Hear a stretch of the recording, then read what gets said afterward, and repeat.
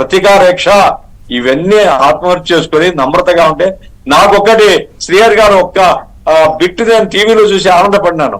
Sir గుడివాడలో కొడాలి నాని మెల్లగా మాట్లాడుకుంటూ బయటకు వెళ్ళిపోతున్నాడు.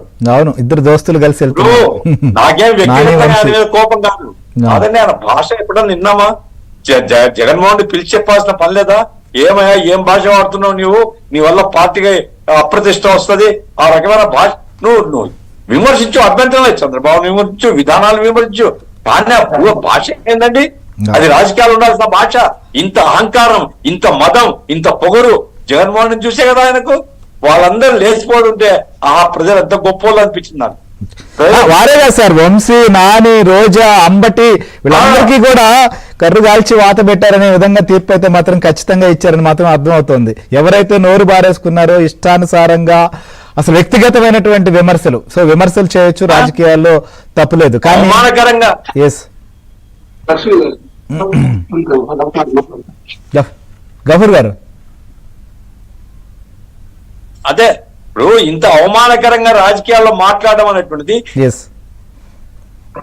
కల్చర్ నేర్పుతున్నామండి. రిఫ్రాఫ్ గారు ఆ గుంటూరులో ఒక ఉన్నాడు, వాని ఇడ్చుకొని వస్తా, ఈయన ఇడ్చుకొని వస్తా, వాని చంపుతా, రక్తమై కృష్ణాది రక్తం పారుతుందంట. ఎన్ని అబ్బా జాగిరా, ఎవడే నువ్వు? ఈ రకంగా ఊరికొకరిని తయారు చేసి ప్రజల్ని బెదిరించి ఎమ్మెల్యేలందరూ విపరీతంగా కొల్లగొట్టుకుంటుంటే జనం పిచ్చోళ్ళ కళ్ళు మూసుకోవడానికి అందరూ గమనించారు.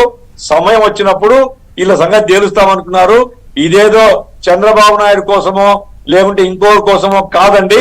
ప్రజలు తమ రక్షణ కోసం, తమ భవిష్యత్తు కోసం, తాము బాగుండాలంటే ఈ రౌడీజం పోవాలా, ఈ దుర్మార్గం పోవాలా, ఈ దొంగలు పోవాలని ప్రజల నిర్ణయం. ఇది ప్రజలు గొప్పవాలి.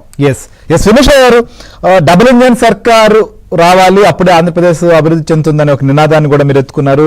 ఇటు ప్రధాని నరేంద్ర మోదీ కావచ్చు, అమిత్ షా కావచ్చు, మీ జాతీయ స్థాయి నాయకులు మీరు అందరూ కూడా ప్రచారం చేశారు. ఈరోజు విజయం కూడా సాధించారు. ఖచ్చితంగా అందుకు అనుగుణంగా ఫలితాలు కూడా వస్తున్నాయి.